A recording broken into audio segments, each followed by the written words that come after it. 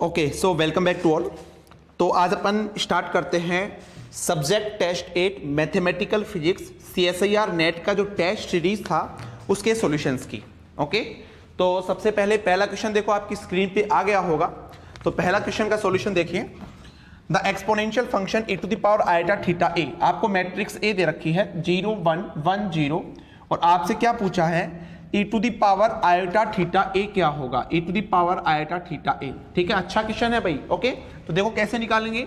ये आपके पास क्या होता है 1 प्लस एक्स, एक्स मतलब आयोटा थीटा ए प्लस आयोटा थीटा ए का स्क्वायर अपॉन में फैक्टोरियल 2 प्लस आयोटा थीटा ए अपॉन फैक्टोरियल 3 का क्यूब प्लस ये तुम्हारे पास चलता रहेगा। ओके, ए आपके पास ये है तो ए स्क्वायर क्या होगा, देखो 0 1 1 0 एंड 0 1 1 0। तो यहां तुम्हारे पास क्या हो जाएगा, इसको इससे करोगे, इसको इससे 1 0 0 1, तुम्हारे पास में क्या आ जाएगा, आई आ जाएगा। अगर मैं ए क्यूब निकालता हूं तो क्या हो जाएगा, A square into A, that means A, क्योंकि ए स्क्वायर तुम्हारे पास आई है, ये वैल्यू यहां पे रखिए। तो e to the power iota theta A is equal to 1 plus iota theta A, ऐसे कैसे रख दीजिए, फिर माइनस, देखो यहां पे आयोटा स्क्वायर माइनस हो जाएगा, थीटा स्क्वायर ए स्क्वायर की वैल्यू 1 अपॉन में फैक्टोरियल 2। ठीक है, फिर यहां पे तुम्हारे पास माइनस आयोटा आएगा क्योंकि आयोटा स्क्वायर माइनस हो जाएगा, और आयोटा ऐसे कैसे, थीटा क्यूब, ए क्यूब को मैं ए रख सकता हूं अपॉन फैक्टोरियल 3, ये तुम्हारे पास चलता रहेगा। ठीक है, तो यहां से मैं क्या करता हूं, देखो यहां पे मैं आई बोल सकता हूं इसको, है ना, तो यहां पे भी इसको आई बोल सकता हूं। आई कॉमन आएगा तो कितना हो जाएगा 1 minus theta square upon factorial 2, ये चलता रहेगा। फिर यहां पे क्या कॉमन आएगा, प्लस आयोटा मैं कॉमन ले लेता हूं, और प्लस आयोटा मैंने यहां पे कॉमन ले लिया, और ए भी तुम्हारे पास देखो कॉमन आ जाएगा, ए भी आपके पास में क्या आ जाएगा, कॉमन आ जाएगा, है ना। तो ये हो जाएगा theta minus theta cube upon factorial 3 plus चलता रहेगा, और यहां से मुझे मेरे पास ए भी कॉमन आ गया, तो ये क्या हो जाएगा, ये बन जाएगा कोस थीटा इंटू आई प्लस आयोटा ए, और ये बन जाएगा तुम्हारे पास साइन थीटा।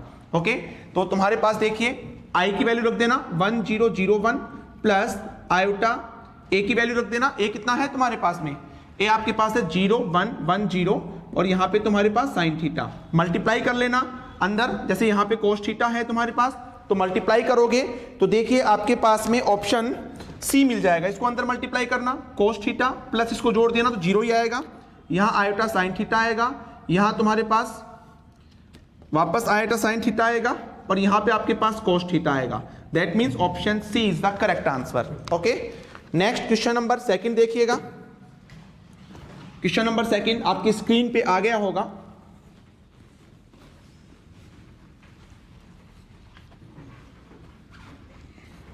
देखिए सेकंड नंबर क्वेश्चन देखिए भाई, second number, the value of ABC such that the complex function is analytic in the complex argand plane। देखो आपके पास fz is equal to uxy plus iota vxy दे रखा है। ठीक है, u आपको गिवन है, v आपको गिवन है, आपको खुद को सोल्व करना है ये। ठीक है, मैं तरीका बता देता हूं, आपको एनालिटिक फंक्शन दे रखा है, इसका मतलब क्या है, एनालिटिक है तो वो कोशी CR इक्वेशन को सेटिस्फाई करेगा। CR इक्वेशन क्या होती है, del u upon del x is equal to del v upon del y, and दूसरा del u upon del y is equal to minus del v upon del x, x के respect में करना, Y के respect में, फिर दूसरी equation से solve करोगे तो आपके पास ABC की वैल्यू आ जाएगी तुम्हारे पास में ऑप्शन ए। ठीक है, ऑप्शन ए आपको मिल जाएगा, मतलब ए बराबर -1/2, B is equal to -2, C is equal to 1/2, ठीक है, प्लस 1/2, ये वैल्यू आपके पास आ जाएगी। नेक्स्ट देखिएगा क्वेश्चन नंबर 3।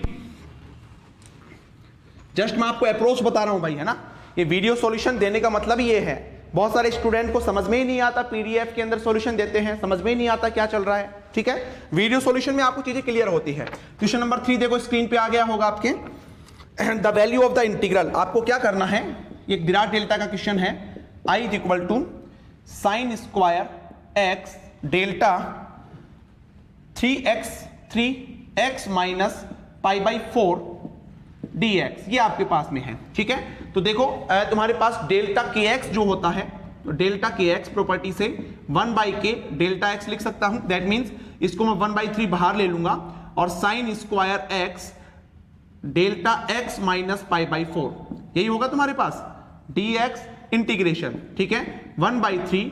अब देखो ये π/4 इस लिमिट में एग्जिस्ट कर रहा है तो फंक्शन में रख दो, तो साइन स्क्वायर π/4 इसकी वैल्यू 1/√2 होती है, स्क्वायर करोगे तो कितना हो जाएगा 1/6। तो तुम्हें ऑप्शन देखो यहां से बी मिल जाएगा, ठीक है। नेक्स्ट क्वेश्चन नंबर 4 देखिएगा, आपकी स्क्रीन पे आपके पास आ गया होगा।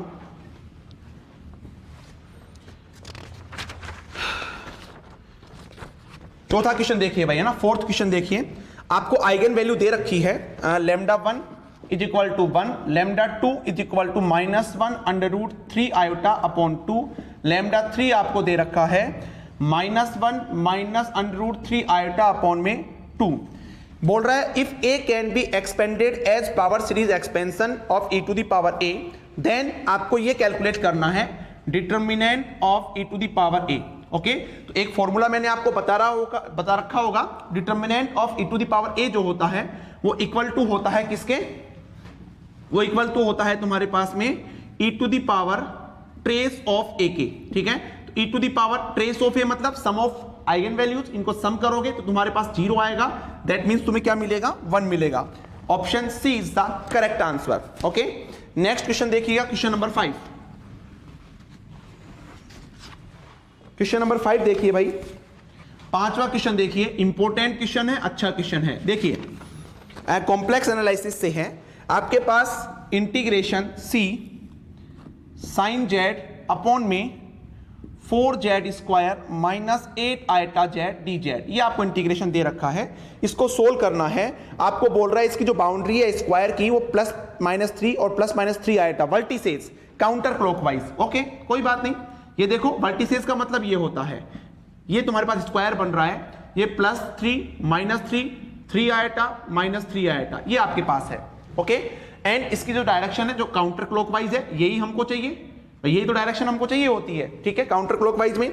तो सबसे पहले कंडीशन ऑफ सिंगुलरिटी क्या होती है, 4z² minus 8 iota Z is equal to 0, Z common ले लेना, तो कितना हो जाएगा 4z minus 8 iota is equal to 0।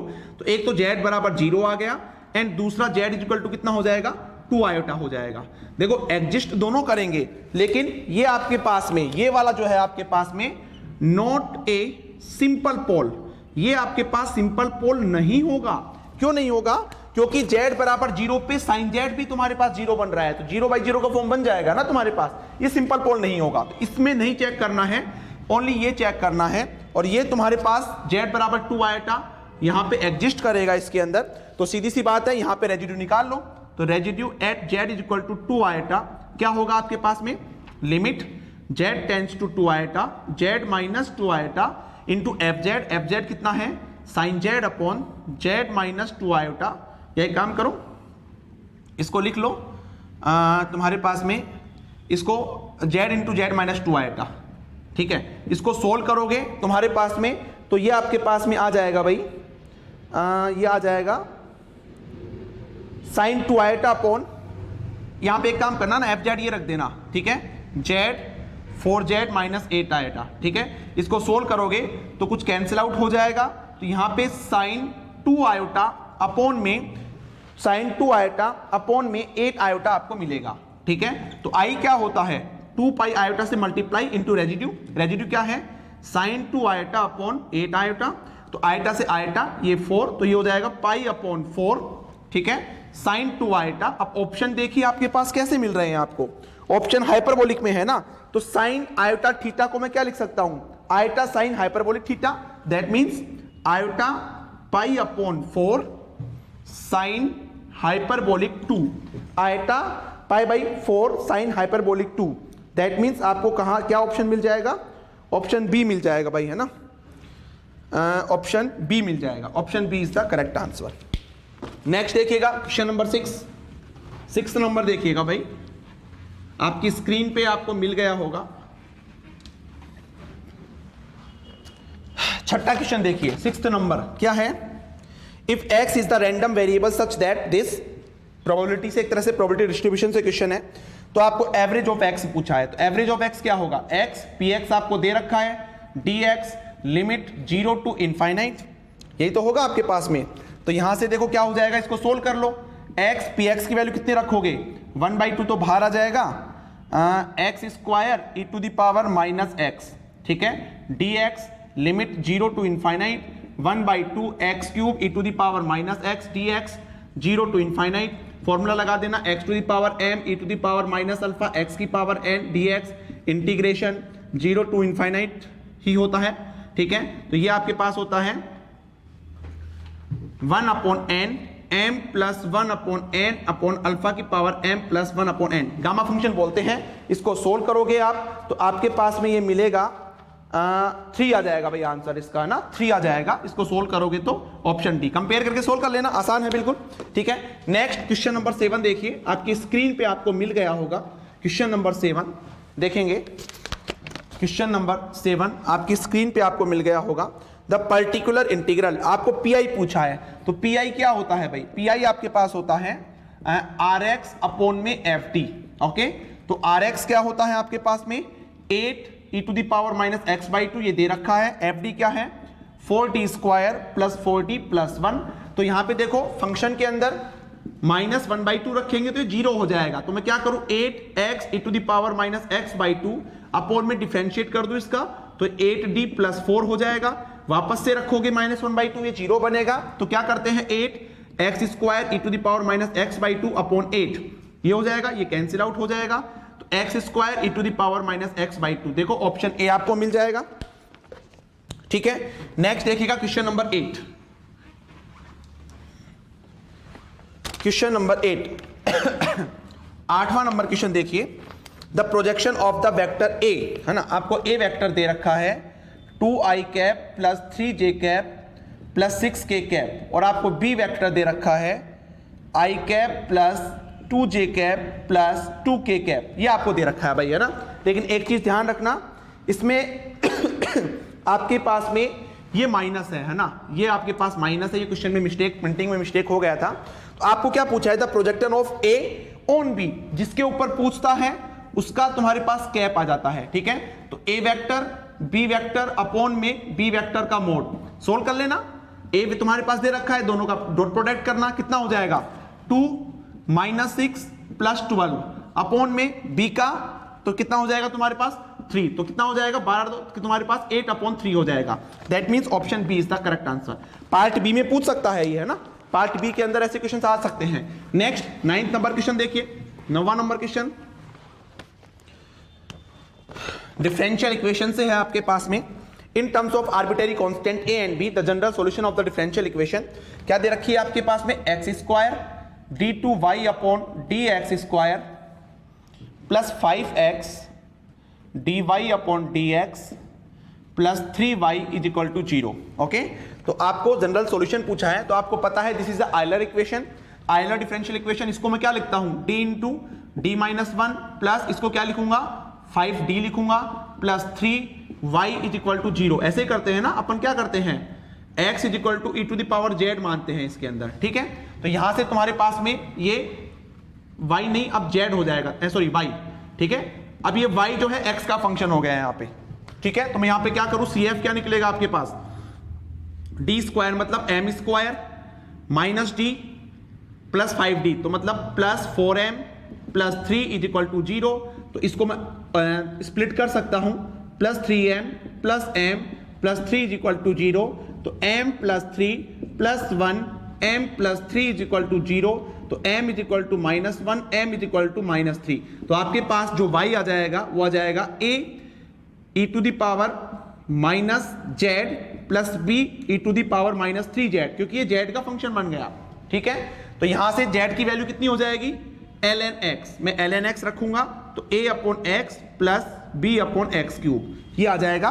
तो a upon x plus b upon x cube, option आपको डी मिलेगा। क्वेश्चन नंबर 10, 10वां नंबर क्वेश्चन देखिएगा।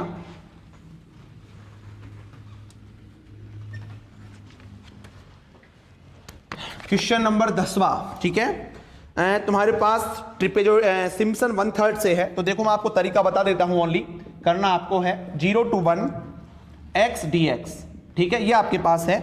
आपको सिम्पसन 1/3 रूल से पूछा है, यूजिंग ए स्टेप साइज आपको h भी दे दिया 0.1। द फ्रैक्शनल एरर, ठीक है, तो फ्रैक्शनल एरर क्या होता है भाई, फ्रैक्शनल एरर आपके पास क्या होता है, fractional error I calculated minus I exact upon में आई एग्जैक्ट। ठीक है, आई एग्जैक्ट कैसे निकालेंगे? सिंपल इंटीग्रेशन करना है, x square by 2 limit 0 to 1 रख देना तो 0.5 आ जाएगा। आई कैलकुलेटेड कैसे निकालेंगे? फॉर्मूला होता है h/3 सिम्पसन 1/3 का, y0 plus yn plus 2 y0 plus yn plus 2 y2 plus y4 plus y6 y2 plus y4 plus y6 plus 3 plus 4 आता है plus 4 y1 plus y3 plus y5 ये तुम्हारे पास चलता है। ठीक है, तो देखो फंक्शन जो fx है आपके पास में वो है y, वो है तुम्हारे पास y, वो x के इक्वल दे रखा है। fx को मैं y बोल सकता हूं, तो x नोट कितना है? x नोट आपके पास में 0 लेके चलना है तो y नोट कितना आ जाएगा? 0। x नोट आपको x note plus h that means x1, x1 आपको कितना लेके चलोगे? 0.1, तो y नोट कितना आएगा? जो कि x के बराबर है 0.1। ऐसे तुम निकाल लेना y1। ठीक है, ऐसे निकाल लोगे, फॉर्मूले में रखोगे तो जो i कैलकुलेट मिलेगा वो भी आपको 0.5 मिलेगा। तो एग्जैक्ट कितना हो जाएगा? तुम्हारे पास फ्रैक्शनल एरर, जो फ्रैक्शनल एरर है आपके पास वो कितना हो जाएगा? 0, क्योंकि माइनस करोगे तो तुम्हारे पास 0 हो जाएगा।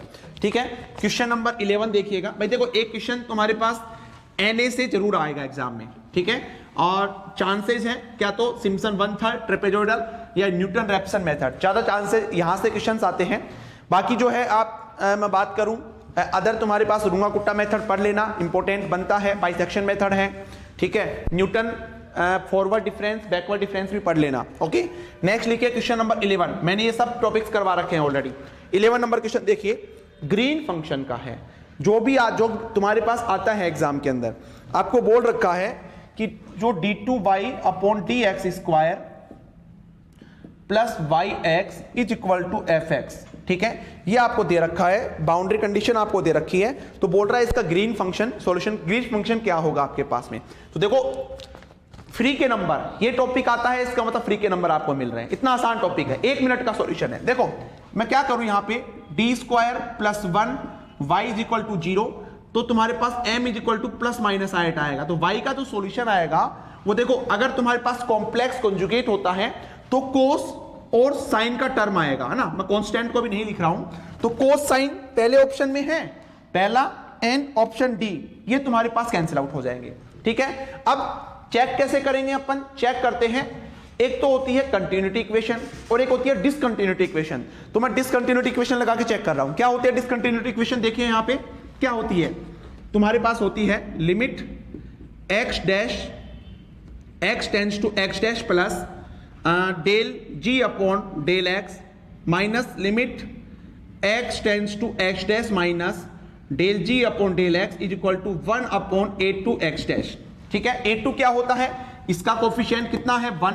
तो देखो यहां पे जिसके लिए, जो ऑप्शन के लिए तुम्हारे पास, जिस ऑप्शन के लिए 1 आ जाएगा वो तुम्हारे पास फाइनल आंसर होगा। ठीक है, तो मैं ऑप्शन बी लेके चलता हूं पहले। ऑप्शन बी में देखो क्या है, x डैश प्लस, मतलब ये तुम्हारे पास नीचे वाला आएगा, है ना, नीचे वाला ऑप्शन बी में जो नीचे, तो उसका इंटीग्रेशन करो तो ये हो जाएगा तुम्हारे पास माइनस साइन x डैश, कोस x का हो जाएगा माइनस साइन x, और x की जगह x डैश रखना है। देखो यहां पे फिर माइनस, इसका तुम्हारे पास होगा ऊपर वाला, क्योंकि x dash minus x dash से कम ऊपर वाला है तुम्हारे पास, तो क्या हो जाएगा माइनस कोस x डैश, और साइन का क्या हो जाएगा तुम्हारे पास में? कोस x डैश। ठीक है, तो चेक देखो यहां पे साइन स्क्वायर x बन जाएगा, कोस स्क्वायर x डैश बन जाएगा, प्लस में है बीच में, तो कितना हो जाएगा 1, और आना क्या चाहिए? 1 ही आना चाहिए। इसका मतलब ऑप्शन बी आपके पास सही है। ठीक है, ऑप्शन सी चेक करेंगे तो आपके पास 1 नहीं आएगा। चलिए नेक्स्ट देखिएगा क्वेश्चन नंबर 12। ग्रीन फंक्शन बहुत इंपॉर्टेंट है भाई, है ना, हर बार लगभग एग्जाम में आता है। ठीक है, इस बार ग्रीन फंक्शन का सॉल्यूशन पूछा था नवंबर 2020 के अंदर, आसान था बिल्कुल। देखिए 12वें नंबर क्वेश्चन, 12वां नंबर क्वेश्चन देखिए।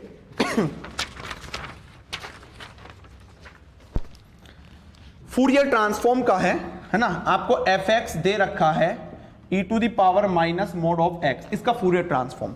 तो मैंने बहुत सारे जनरल फॉर्मूले लिखवा रखे हैं, एक टेबल भी आपको बनवाई थी कि Fourier transform of e to the power minus a mod x, इसका जो फूरियर ट्रांसफॉर्म होता है वो होता है 2a upon x square plus a square, x की जगह के हो जाता है ये ना, के का फंक्शन आ जाता है, के स्क्वायर प्लस ए यार। तो यहां से देखो तुम्हारे पास ए कितना है, 1 है ना, तो तुम्हारे पास क्या हो जाएगा फूरियर ट्रांसफॉर्म 2/1 प्लस के स्क्वायर। तो ऐसा तुम्हें ऑप्शन देखो सी ऑप्शन मिल जाएगा। नेक्स्ट क्वेश्चन नंबर 13 देखिए, 13वां नंबर क्वेश्चन देखेंगे। क्वेश्चन नंबर 13 बहुत अच्छा क्वेश्चन है, वेरी इंपॉर्टेंट क्वेश्चन, समझिएगा। कंसिडर टू मैट्रिसेस, ए आपको दे रखा है ए डेगर, ठीक है, और बी के लिए आपको दे रखा है बी डेगर इज इक्वल टू आई, ठीक है। इफ लैम्डा 1 लैम्डा 2 इनकी आइगन वैल्यूज है ए और बी की, तो कौन सा ऑप्शन सही होगा।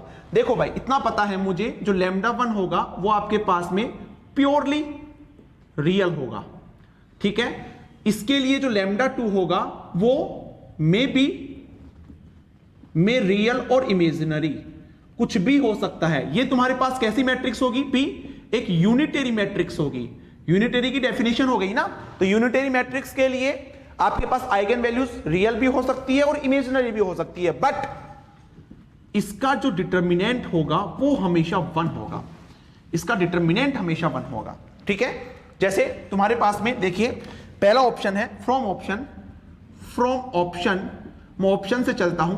पहला ऑप्शन क्या बोल रहा है, लैम्डा 1 लैम्डा 2 रियल होगा, ठीक है। तो लैम्डा 1 लैम्डा 2 ये तुम्हारे पास रियल है, ये मान लो तुम्हारे पास कॉम्प्लेक्स हो गई, तो क्या ये रियल होगा, नॉट रियल, ये रियल नहीं होगा भाई, है ना। जरूरी नहीं है कि रियल हो, कॉम्प्लेक्स भी हो सकता है, इमेजिनरी भी हो सकता है। ऑप्शन बी देखिए, लैम्डा 1 लैम्डा 2 कॉम्प्लेक्स बोल रहा है, क्या ऐसा पॉसिबल है, कॉम्प्लेक्स हो सकता है लेकिन हमेशा कॉम्प्लेक्स होगा ये तो पॉसिबल नहीं है ना, तो ये भी तुम्हारे पास गलत हो गया, ऑप्शन बी भी गलत हो गया। ऑप्शन सी देखिए,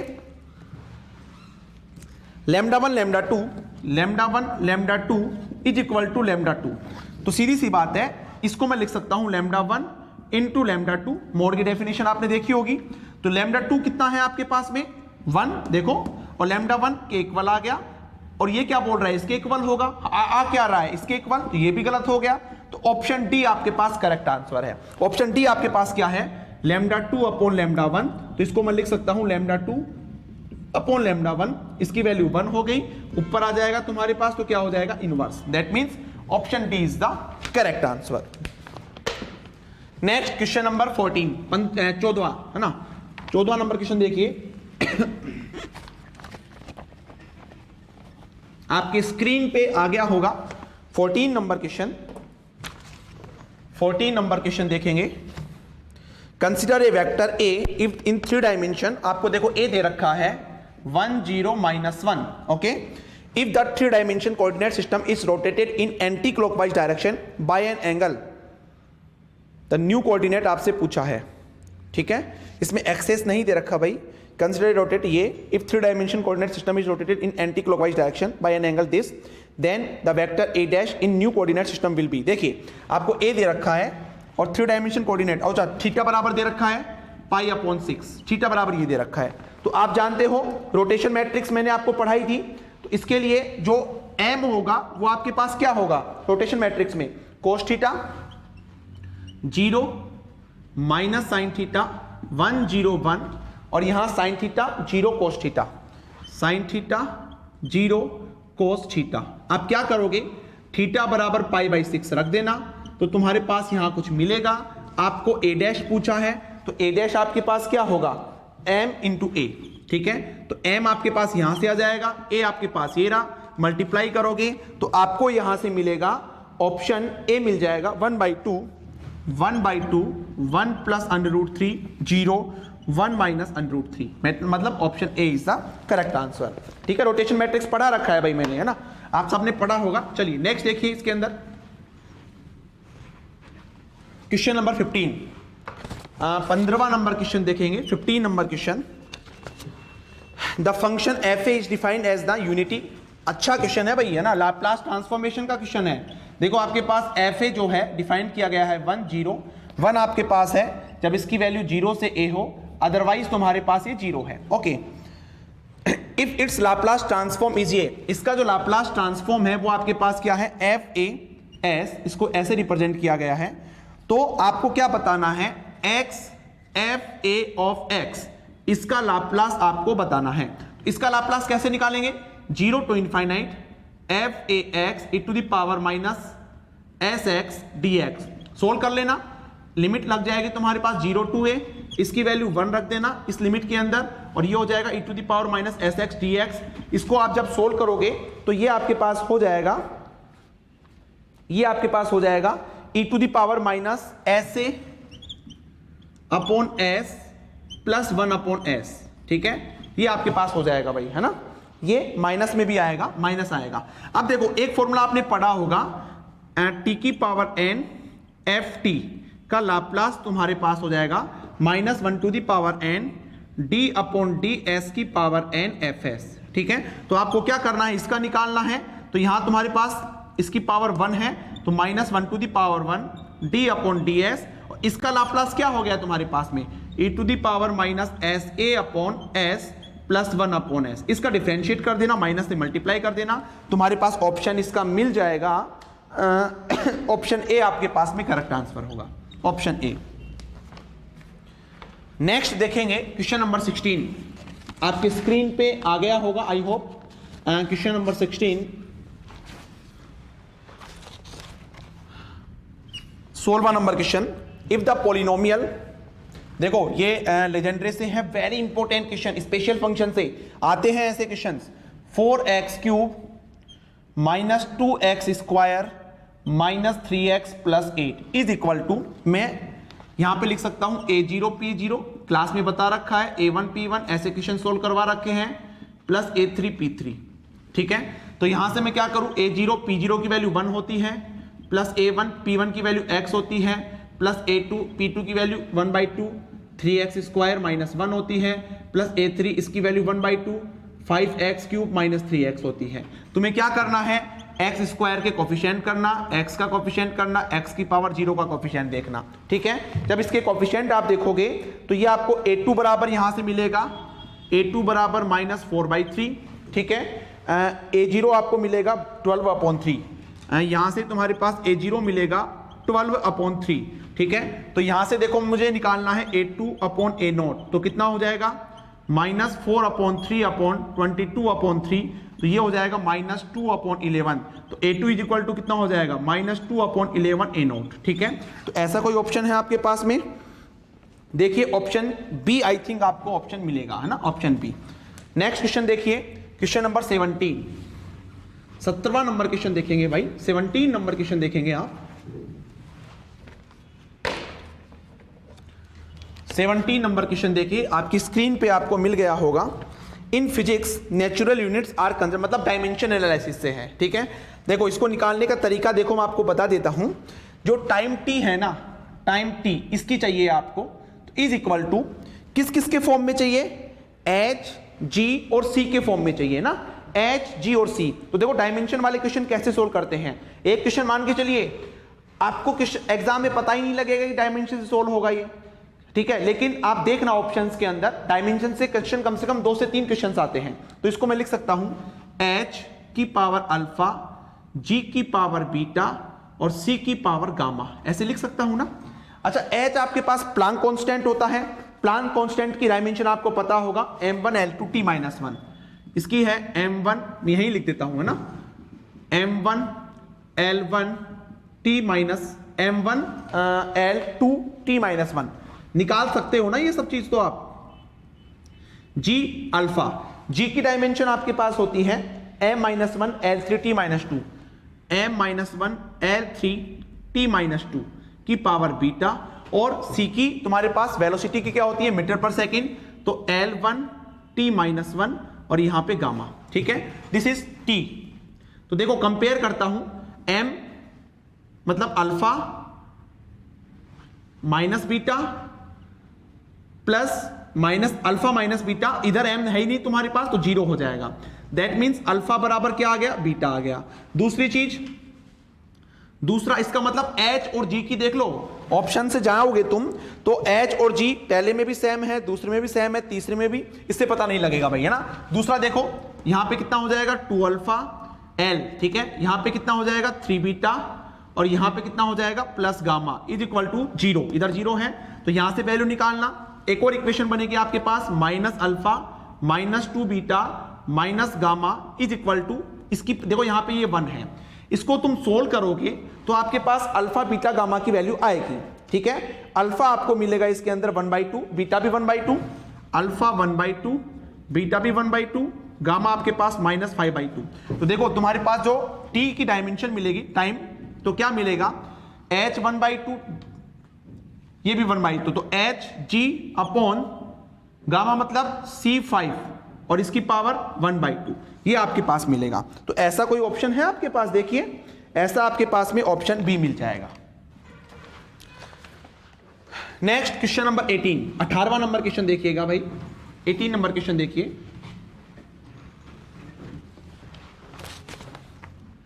अठारहवां क्वेश्चन देखिएगा। The Lawrence range of this, है ना, आपको एफ जेड दे रखा है 1/z-1 का स्क्वायर z+1, इसका लोरेंस सीरीज एक्सपेंशन देखना है किस रीजन में, 1 से 2, मतलब एक रेडियस तुम्हारे पास 1 है, एक आपके पास 2 है, ये 1 है ये 2 है। ठीक है, तो इस यहां पे तुम्हारे पास होता है, और z बराबर 0 के रेस्पेक्ट में देखना है। 0 तुम्हारे पास कहां पे आएगा, 1 के अंदर आएगा ना, 1 में देखेंगे।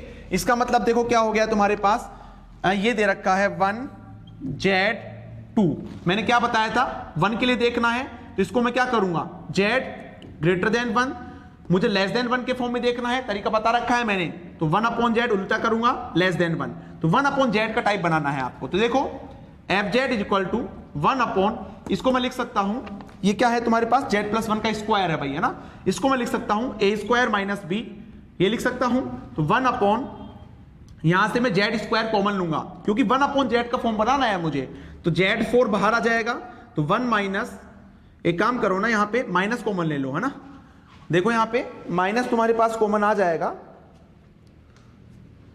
1 - 1/z², तो ये आ जाएगा 1 - 1/z², माइनस लोगे ना कॉमन -z², तो प्लस ही हो जाएगा तुम्हारे पास, और इसका स्क्वायर, इसको ऊपर ले जाओ तो तुम्हारे पास क्या हो जाएगा, 1 - 1/z² की पावर -2, इसको एक्सपेंड कर दो तो 1/z4, इसको एक्सपेंड करेंगे तो क्या होगा 1 + 2/z² + 3/z4 + 4/z² ही है ना, ये देखो z तुम्हारे पास स्क्वायर 4 और यहां पे z6, ये तुम्हारे पास चलता रहेगा। ठीक है, अंदर ले जाओ इसको, 1/z4 + 2/z6 + 3/z8, ये तुम्हारे पास चलता रहेगा।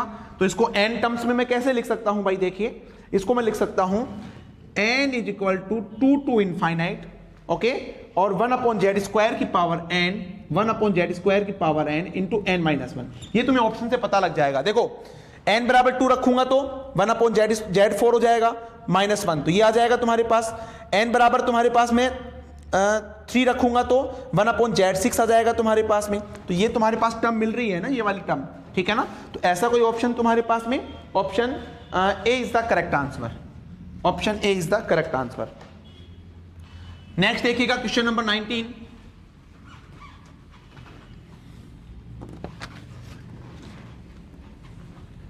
क्वेश्चन नंबर 19 आपके पास में ग्रुप थ्योरी से क्वेश्चन है भाई, 19 SU2, तो मैंने बता रखा है SU2 आपके पास में A B टाइप का होता है, एंड सबसे इंपॉर्टेंट चीज तुम्हारे पास इसका जो, ये तुम्हारे पास कोई मैट्रिक्स मान लेता हूं मैं X, इसका जो डिटरमिनेंट होगा आपके पास वो 1 आएगा। तो ठीक है, तो फ्रॉम ऑप्शन जाएंगे अपन, फ्रॉम ऑप्शन से जाएंगे तो तुम्हें देखो option A is the correct answer मिलेगा। इसका डिटरमिनेंट 1 आ रहा है, सेकंड वाले का तुम्हारे पास 1 नहीं आएगा, थर्ड वाले का तुम्हारे पास 1 आ जाएगा, लेकिन तुम्हारे पास इसका कॉम्प्लेक्स कॉन्जुगेट नहीं है, 4 वाले का भी तुम्हारे पास 1 नहीं आएगा। ठीक है, तो option A is the correct answer. Next last question है आपके पास, लास्ट क्वेश्चन है आपके पास में, देखो ये तो ग्राफ थ्योरी में मैंने यूट्यूब पे फ्री में भी अपलोड कर रखा है। क्या है, साई दे रखा है a e⁻ - k mod x, ठीक है, तो आपको क्या करना है, साई डबल डैश बताना है। तो पहले इसको ओपन कर लो, a e⁻ - kx और a e⁻ +kx, ये है x ग्रेटर देन 0 के लिए, लेस देन 0 के लिए, है ना, इसको तो ओपन करना आता होगा सबको। तो देखो इसका अगर मैं ग्राफ ड्रॉ करता हूं तो कैसे बनेगा, this is Sai, this is x greater than 0 के लिए, नेचर इसका, ये इसका, ठीक है, लेस देन 0 के लिए e⁻ + kx का ग्राफ ऐसे तो बनता है। साई डैश अगर मैं निकालूं तो क्या हो जाएगा minus A E to the power minus के एक्स, और ये तुम्हारे पास ए के भी आएगा यहाँ पे ई टू द पावर के एक्स, ठीक है, x greater than zero less than zero के लिए। इसका ग्राफ अगर मैं ड्रॉ करता हूं ग्रेटर देन जीरो के लिए माइनस में, ठीक है, तो ये माइनस में तुम्हारे पास नीचे से हो जाएगा और ये तुम्हारे पास ये ऐसे हो जाएगा, ठीक है। नेक्स्ट साई डबल डैश अगर मैं देखता हूं तो क्या होगा, इसका वापस डिफरेंशिएट करेंगे तो k square a E to the power minus के x, x greater than zero, और k square a E to the power plus k x, x less than zero, ठीक है, यही तो आएगा आपके पास में। तो देखो यहाँ पे इसको मैं क्या लिख सकता हूं, साई डबल डैश, अगर मैं यहां से के स्क्वायर कॉमन ले लेता हूं, के स्क्वायर, तो वापस ये फंक्शन बन जाएगा के स्क्वायर साई एक्स, ठीक है। उसके बाद में इसकी ये तुम्हारे पास डिसकंटिन्यूटी को शो कर रहा है, इसकी तुम्हारे पास टोटल विड्थ कितनी है, लेंथ कितनी है डिसकंटिन्यूटी की, ये 2a है, ये तुम्हारे पास सॉरी के ए है, ये के ए है और ये आपके पास के ए है, तो टोटल कितना हो गया तुम्हारे पास में 2ka। कहां पे डिसकंटिन्यूटी हो रहा है, जीरो पे, तो x माइनस जीरो, प्लस आएगा माइनस, लेफ्ट से राइट चलेंगे, पहले अप आ रहा है फिर डाउन आ रहा है, तो तुम्हारे पास क्या आएगा, माइनस आएगा, ये तुम्हारे पास फाइनल आंसर आएगा। तो ऐसा ऑप्शन तुम्हारे पास देखो, option A is the correct answer, ठीक है। तो ये तुम्हारे पास टोटल 20 क्वेश्चंस थे, जो अपना all over India test series चल रहा है CSIR नेट का, ऑल ओवर इंडिया, ठीक है, उनके सब्जेक्ट टेस्ट 8 का कंप्लीट सॉल्यूशन है। अभी भी किसको परचेज करना है, 15-16 दिन बच रहे हैं नेट के लिए, तो वो डायरेक्टली एप्लीकेशन से परचेज कर सकता है। आपको 9 सब्जेक्ट वाइज टेस्ट मिलेंगे, 3 मिक्स टेस्ट अपलोड हो चुके हैं already, and full length test 1 by 1 अभी विद इन, मतलब ये मान के चलिए 1 फरवरी या 2 फरवरी को पहला टेस्ट आ जाएगा, 5 फरवरी को दूसरा टेस्ट, एंड लगभग 8 फरवरी के आसपास आपको तीसरा टेस्ट मिल जाएगा, फुल लेंथ टेस्ट। तो ये जिस हिसाब से तुम्हारे पास में क्वेश्चन सारे लेवल ऐसा है जैसे मैथमेटिकल फिजिक्स का है, तो आपको कंप्लीट टॉपिक्स मिल जाएंगे, ठीक है। आपके पास में यहाँ देखो मैथमेटिकल फिजिक्स में ग्रीन फंक्शन भी आ गया होगा, Na भी आ गया होगा, कॉम्प्लेक्स भी आ गया होगा, डिफरेंशियल इक्वेशन भी आ गया होगा, मैट्रिक्स भी आ गया होगा, डिराक डेल्टा भी आपके पास में आ गया होगा, ठीक है, और तुम्हारे पास वेक्टर भी आ गया होगा। मतलब जितने टॉपिक्स है ना, वो सारे टॉपिक्स कोशिश करता हूं मैं कवर करने की यहाँ पे, ठीक है। तो चलिए, प्रोबेबिलिटी भी आपके पास आ गया होगा, है ना। तो चलिए आज के लेक्चर में इतना ही है, थैंक यू वेरी मच।